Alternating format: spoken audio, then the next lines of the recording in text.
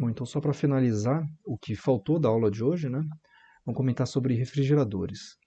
Então, o que seria o refrigerador? O refrigerador é uma máquina que inverte o processo natural de transferência de calor. E para isso ele precisa colocar energia, né? Então, qual que seria a ideia? Então, vamos dizer que eu tenho uma fonte quente,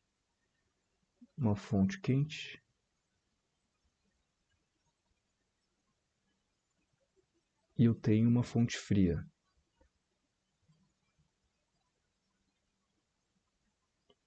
Uma fonte fria.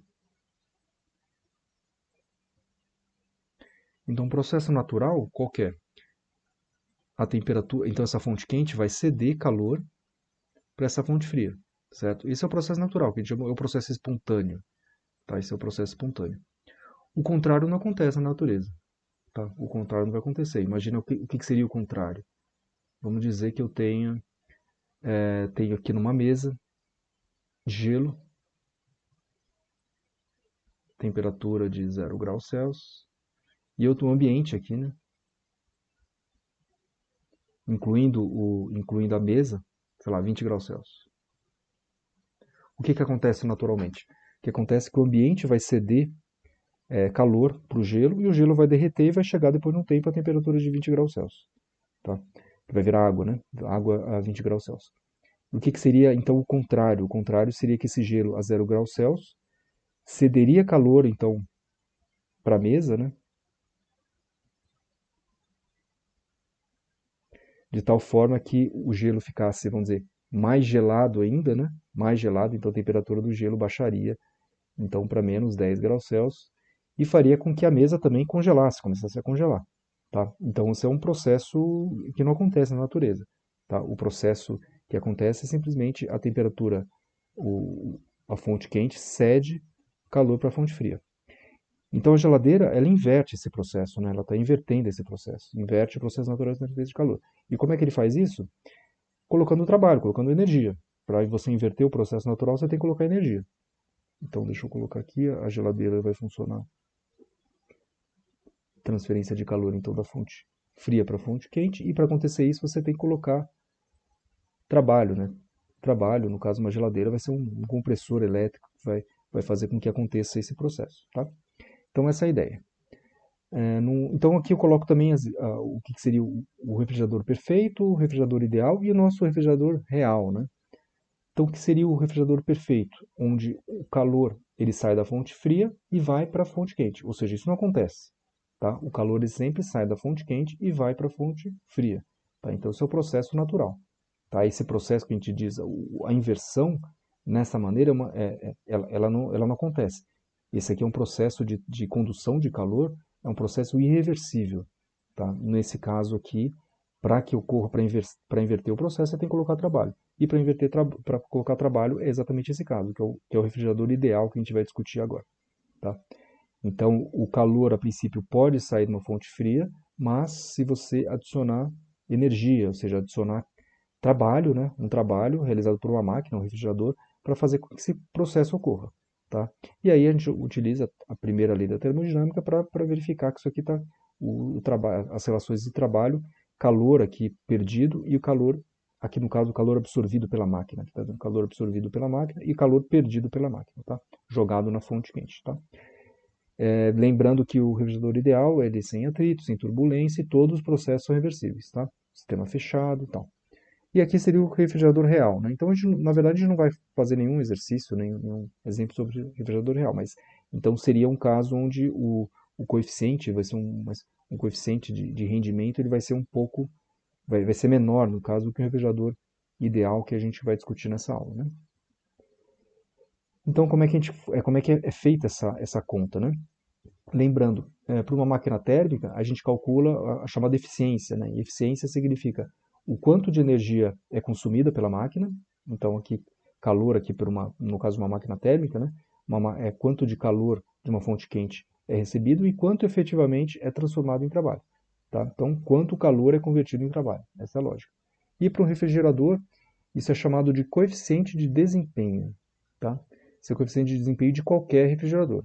Tá? Coeficiente de desempenho de qualquer refrigerador. Significa o quanto de energia é utilizada da fonte fria, tá? Quanto efetivamente é extraído da fonte fria, e quanto de trabalho é realizado pela máquina, pelo motor da máquina, né, pelo compressor da máquina. Tá? Então, esse é o chamado coeficiente de desempenho. Né? Então, para uma máquina térmica a gente chama de eficiência, e para um refrigerador é chamado de coeficiente de desempenho. Então, algumas observações aqui, né? A eficiência térmica, né? Até, até que ponto, significa até que ponto a energia adicionada pelo trabalho é convertida na produção de calor. Tá? Do ponto de vista econômico, o melhor ciclo de refrigeração é aquele que remove a maior quantidade de calor do interior do refrigerador, no caso o reservatório frio, para o menor gasto energético, né? Menor gasto de trabalho mecânico ou de energia elétrica. Né? E quanto maior essa proporção, ou seja, quanto maior esse valor aqui, melhor será a geladeira. Tá? Então, isso é chamado de razão, essa razão é chamada de coeficiente de desempenho. A ideia, então, a princípio, os refrigeradores, então, utilizando o ciclo de Carnot,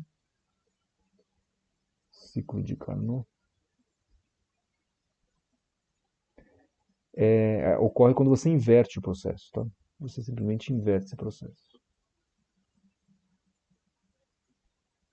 Vai inverter aqui. Então, veja a importância disso, né? O sentido do processo. Né? Então, se você inverter o processo, vou colocar até em preto aqui. Se você inverter o processo, você vai ter um refrigerador. Você não tem mais uma máquina térmica. Ou seja, ao inverter o processo, vamos ver o que aconteceu.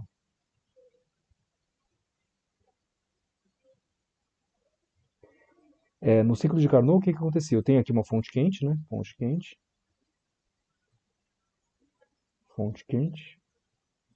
E aqui eu tenho a fonte fria. O reservatório frio, né? Fonte fria. Que não é mais o ciclo de Carnot, porque eu estou invertendo. Né? Eu sou o ciclo de Carnot invertido, né? Tá? Então, se fosse o ciclo de Carnot, o calor entraria aqui. Tá? Agora, no refrigerador, o calor vai sair por aqui. Tá? Então, aqui vai ser o calor quente, né? Vou usar a nomenclatura calor quente. Tá? Aqui é uma diabática, calor igual a zero. Aqui é uma diabática, calor igual a zero.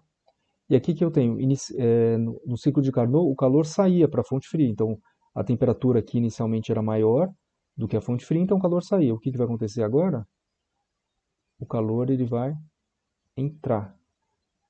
Ou seja, eu tenho algum sistema aqui, ou seja, eu estou no interior da geladeira, eu quero diminuir a temperatura, ou seja, eu tenho água, eu coloco dentro da minha geladeira, dentro do meu congelador, eu quero que essa água ela baixe a temperatura. Então o que vai acontecer? A água vai perder calor, né? Então aqui o calor vai entrar aqui no sistema, né? Então esse calor frio, certo? Isso a custa do quê? De um trabalho sendo realizado, né? Exatamente um trabalho sendo realizado. E o trabalho vai ser dado por essa área dentro desse ciclo. E o trabalho aqui vai ser, como eu inverti o ciclo, o ciclo foi invertido, o trabalho vai ser menor do que zero. Trabalho menor que zero, ou seja, o trabalho entra no sistema, né? Então você precisa de um trabalho externo para realizar exatamente essa troca de calor que seria irreversível da fonte fria para a fonte quente. Tá certo? As contas, eu não vou refazer todas as contas que eu já fiz para o ciclo de Carnot, exatamente a ideia é a mesma, simplesmente você inverte o sinal. Tá? Então, na hora que você calculava o calor recebido, ou o calor quente, você tinha um valor positivo, agora você vai inverter o sinal. Nesse caso, você tinha um valor negativo, agora vai ser positivo. O trabalho total, que inicialmente era positivo, agora vai ser negativo. Então, é simplesmente inverter a conta. Tá? Inverter a conta. O importante é entender o significado que você tem nesse refrigerador, qual é o significado físico que você extrai desse sistema. Né? E aqui eu já coloco, então, já coloco direto os resultados. Então, aqui, veja que esse coeficiente de desempenho vai ser exatamente o calor frio pelo trabalho. O calor frio é exatamente esse valor. Se vocês peguem exatamente das notas de aula, peguem o valor do que a gente calculou do calor, do ciclo de Carnot, do calor que está saindo da fonte fria e invertam o sinal. A mesma coisa do trabalho. O trabalho calor quente menos o calor frio, faço a mesma coisa, só que vocês vão inverter os sinais. Fazendo essa conta, vocês vão chegar na seguinte relação. Temperatura fria dividido pela temperatura quente menos temperatura fria.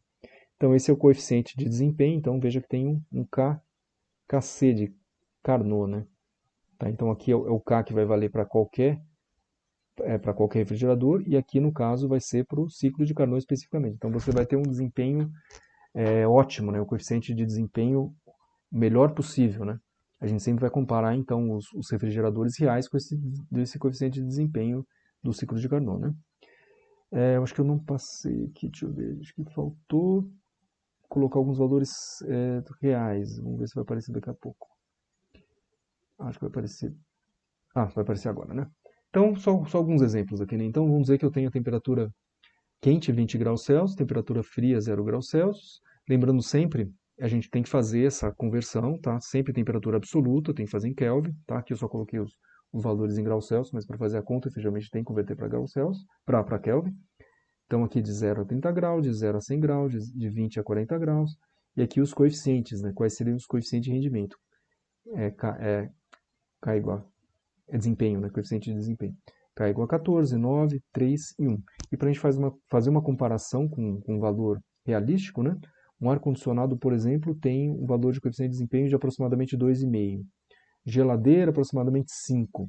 Tá? Então veja que a geladeira, para as condições de trabalho, perceba que sempre tem que pensar nas condições de trabalho, né? Então o ar-condicionado vai ter uma condição de trabalho. As temperaturas quentes e temperaturas frias vão ser diferentes. Para a geladeira, a temperatura quente e temperatura fria vai ser diferente. Tá? Isso é importante perceber. Tá? Então, as temperaturas de trabalho vão impactar, então, nos valores aqui do coeficiente de rendimento. Então, vejam a ordem de grandeza de quanto se conseguiria esses coeficientes de rendimento para equipamentos do nosso dia a dia, né? Agora a gente vai fazer esse exercício. Vamos começar esse exercício agora. Então, você tem meia hora antes dos convidados chegarem e se dá conta que repentinamente esqueceu de comprar gelo para as bebidas, né? Então, deixa eu colocar aqui. Meia hora, então meia hora. Portanto, meia hora. Rapidamente você despeja 1 litro de água a 10 graus Celsius nas bandejas de gelo e coloca no congelador. Você terá, a pergunta, você terá gelo quando os seus convidados chegarem? Essa é a pergunta, tá? Então você vai até o congelador e verifica que o coeficiente de desempenho, que é o K, o coeficiente de desempenho é 5,5. E o consumo de energia dessa geladeira é 550 watts. Você estima que aproximadamente 10% dessa energia contribui para o resfriamento e congelamento da água. Então veja, você tem uma quantidade lá uma potência, né, 520 watts, e essa potência ela vai ser destinada para a geladeira como um todo, né? Então imagina que apenas 10% vai ser destinada para congelar a água, vai congelar a água essa quantidade de água, né? Então a pergunta é, terá tempo para em 30 minutos a gente terá tempo para o gelo congelar, ou a água congelar, né? Então vamos verificar se a pessoa terá tempo ou não, né? Então informações importantes, ó, ΔT, ó, igual a 30 minutos. 30 minutos, 30 vezes 60 segundos, né? 1.800 segundos, tá? Quantidade de água, então, 1 litro, né? O volume exatamente 1 litro. E inicialmente a temperatura inicial, né? A temperatura inicial é 10 graus Celsius. Muito bem. Então, como é que a gente vai começar a calcular isso aqui? Aqui, o consumo de energia, né, é 550 watts. Então, perceba, o consumo de energia, a potência, que vai ser igual à quantidade de energia por intervalo de tempo. Eu já vou colocar aqui como trabalho por intervalo de tempo, exatamente 550 watts, né? E, no caso, ele imagina que apenas 10% estão sendo utilizados. Então, 550 watts por 10%, o 10% de 550 watts é exatamente 55 watts. 55 watts igual a o trabalho. E eu quero saber exatamente quanto de energia, ou seja, quanto de trabalho vai ser realizado pela geladeira, né, para congelar o gelo em 1.800 segundos. 1.800. Então eu tenho o trabalho efetivamente, que é 1.800 vezes 55. Então eu fiz essa conta aqui. O trabalho vai ser 999 vezes 10 a terceira. Vou colocar 999 quilojoules, né? Quilojoules. Essa energia, então, que vai ser produzida pelo compressor da geladeira para, a princípio, gelar, baixar a temperatura e gelar o gelo, né? Congelar a água e transformar em gelo, tá? Então, vamos usar exatamente esse valor aqui. O que mais que eu tenho? Coeficiente de desempenho. Coeficiente de desempenho, que é 5,5. Então, vou colocar a fórmula aqui, né? Então, aqui vai ser temperatura fria menos temperatura quente menos temperatura fria, ou que vai ser o trabalho, calor no caso, né? Calor frio dividido pelo trabalho, tá? Então, eu tenho o trabalho, eu tenho o valor de K e eu quero saber efetivamente quanto que eu preciso retirar, então, de calor aqui, né? Então, eu tenho o calor necessário para resfriar esse sistema, que eu tenho em 30 minutos, né? É de 5,5 vezes 990 quilojoules. Então, esse calor frio vai ser, resolvi essa conta aqui, vai ser 544,5 quilojoules. Ou seja, nesse intervalo de tempo vai ser esse valor, então, de calor que vai ser removido, tá, do sistema. Então, vamos ver se efetivamente isso vai acontecer. Se efetivamente é isso que o gelo vai, a água vai gelar, né? Então, veja que eu tenho inicialmente a água a 10 graus Celsius. E o primeiro processo, vou colocar aqui, primeiro processo, é transformar essa água a 10 graus Celsius, temperatura final 0 graus Celsius. 0 graus Celsius. Como é que eu sei, como é que eu faço a conta? Eu tenho calor igual a mc ΔT, certo? Então, para 1 litro de água, considerando então a massa específica da água, eu tenho exatamente 1 quilo de água, né? Então, calor igual a 1 quilo. Calor específico da água, vamos pegar então o valor tabelado. Calor, vou colocar aqui do lado, né? Calor específico da água em joules, né?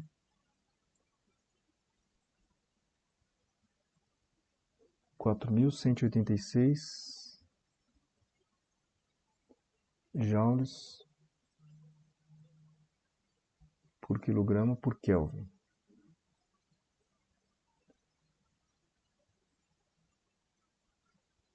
Então, isso aqui vai dar 4.186 vezes temperatura final, né? Temperatura final menos temperatura inicial. Significa que vai perder calor, por isso que vai dar negativo. Depois eu colocar em módulo, porque eu quero saber o valor, eu vou querer comparar com esse valor efetivamente, né? Mas isso aqui vai dar negativo, só colocar em módulo aqui, que eu sei que é um calor que foi perdido pela água, né? Isso aqui vai me dar 41.860. Certo? Veja que a geladeira vai me dar toda essa quantidade de calor. Tem bem mais, né? Então, a princípio, só para baixar a temperatura de 10 para 0 graus ele consegue. Tá? Agora, o segundo passo é o congelamento, né? Tá? Então, seria o calor de solidificação, né?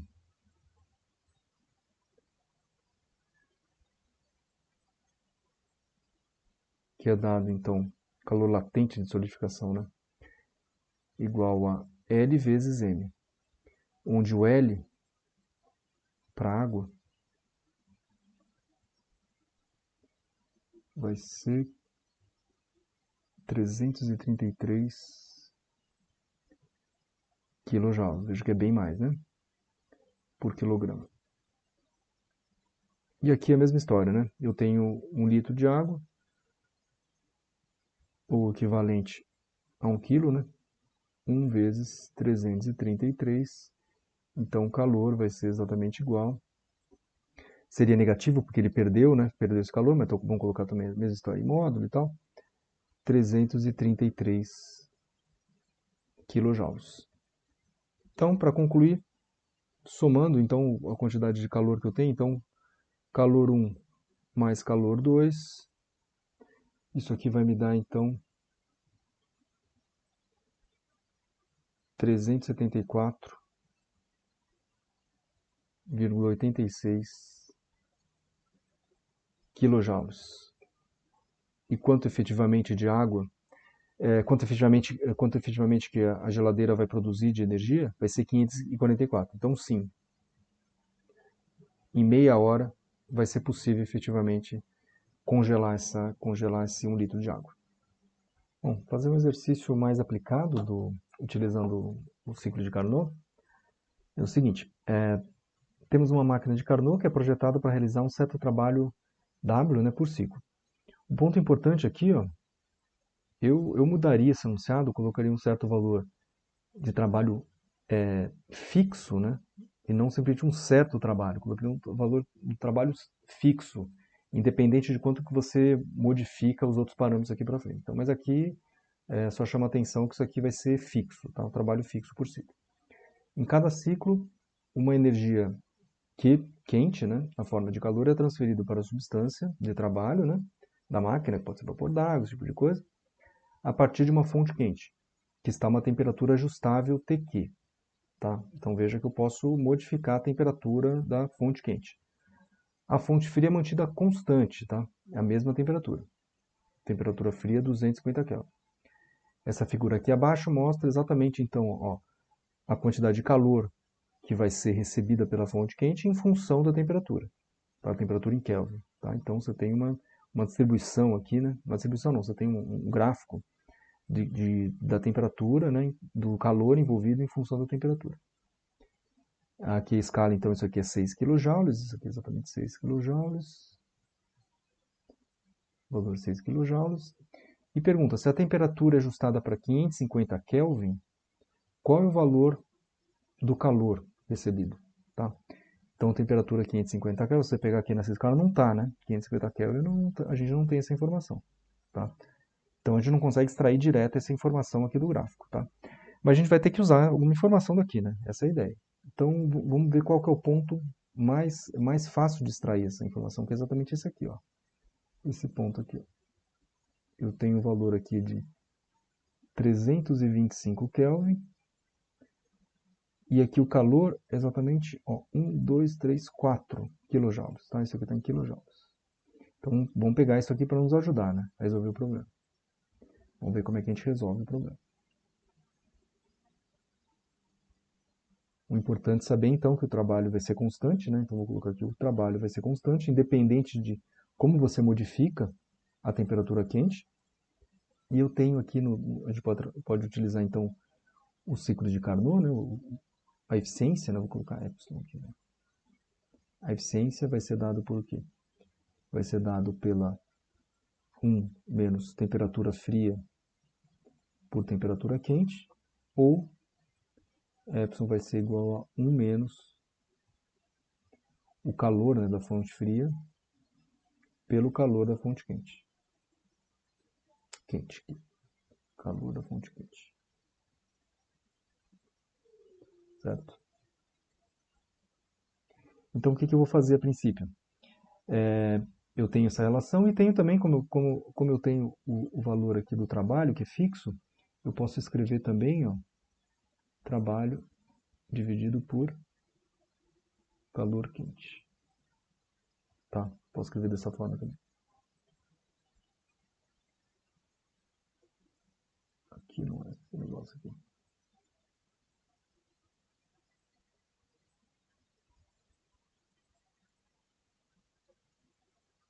Calor quente, para deixar claro aqui. Tá? Então, esse termo é fixo. Tá? Se esse termo é fixo, eu posso igualar as temperaturas e calcular, por exemplo, o calor quente de uma certa situação, né? Ou o trabalho, no caso. Né? Então, vou igualar essas duas relações, eu tenho 1 menos temperatura fria por temperatura quente igual ao trabalho dividido pelo calor quente. O que eu tenho de informação até aqui? Eu tenho temperatura fria, vai ser sempre a mesma. E eu vou pegar o quê? Eu vou pegar o calor quente e a temperatura quente desse gráfico aqui, exatamente desse gráfico. Tá? Porque com isso eu já vou saber o valor do trabalho, e sabendo o valor do trabalho eu consigo calcular depois o calor, né, que sai da fonte quente para exatamente aquilo que eu preciso saber, né, a 550 Kelvin, que é a pergunta que ele faz, né. Então vamos fazer isso em duas etapas, né. Primeira etapa, eu vou pegar as informações que eu tenho para extrair o valor do trabalho. Então temperatura fria 250 Kelvin, e aqui é 325, para 325. Isso aqui vai me dar, vai ser o trabalho que eu quero saber, e aqui é 4 kJ. Vou colocar simplesmente 4 aqui, né? Só para fazer a conta direta aqui, né? Então isso aqui vai ser 325 menos 250, dividido por 325, igual ao trabalho por 4. Então o trabalho vai ser igual a 4 vezes. Quanto é que dá essa conta? 75, dividido por 325. Isso vai me dar o valor de 923 joules. 923 joules.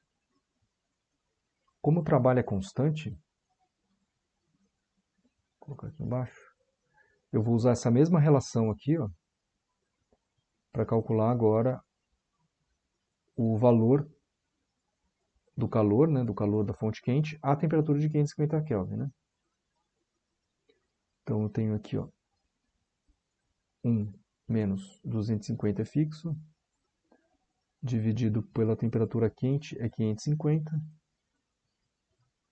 igual a o trabalho, que é 223, dividido pelo calor da fonte quente. E aí fazendo já a conta direto, né? Só fazer essa conta aqui, que eu já fiz, esse vai me dar o valor de...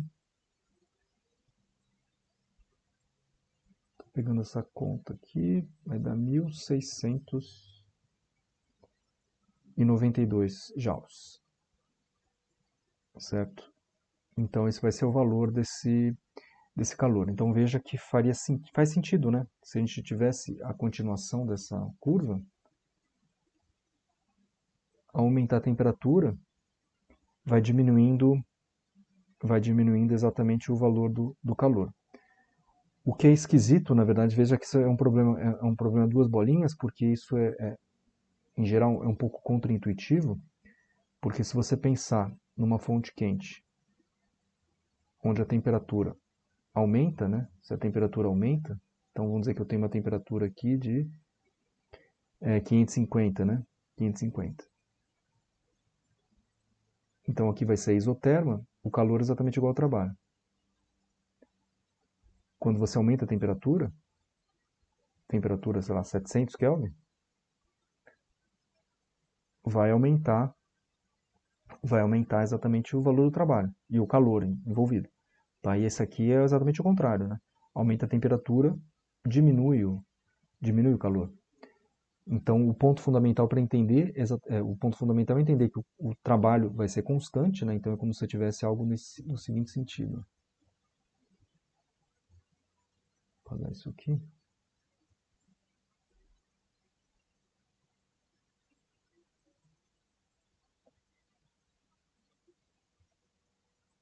Eu tenho inicialmente então a temperatura que ele dá ali, ó, por exemplo, 325. Esse aqui é o mesoterma, a 325 Kelvin. Aqui então eu tenho um valor de trabalho, né? Na hora que você vai para 550, para isoterma de 550 Kelvin, né? 550 Kelvin, 325 Kelvin, que é volume, pressão. Você não pode pegar o trabalho completo do mesmo volume, né? Então significa que você vai ter uma redução aqui,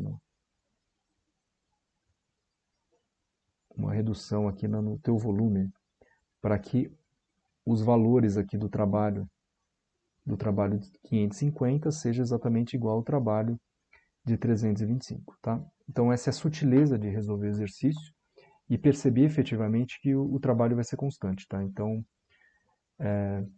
não é, eu acho que o enunciado podia ter uma informação um pouco mais explícita de que o trabalho efetivamente é constante, mas eu acho que a ideia do exercício foi exatamente fazer com que se percebesse que intuitivamente aumentou a temperatura, aumenta o calor também, mas nesse caso não, aumentando a temperatura está baixando, aumentando a temperatura está baixando o calor, né? Então esse que é o objetivo do exercício e por isso que é duas bolinhas.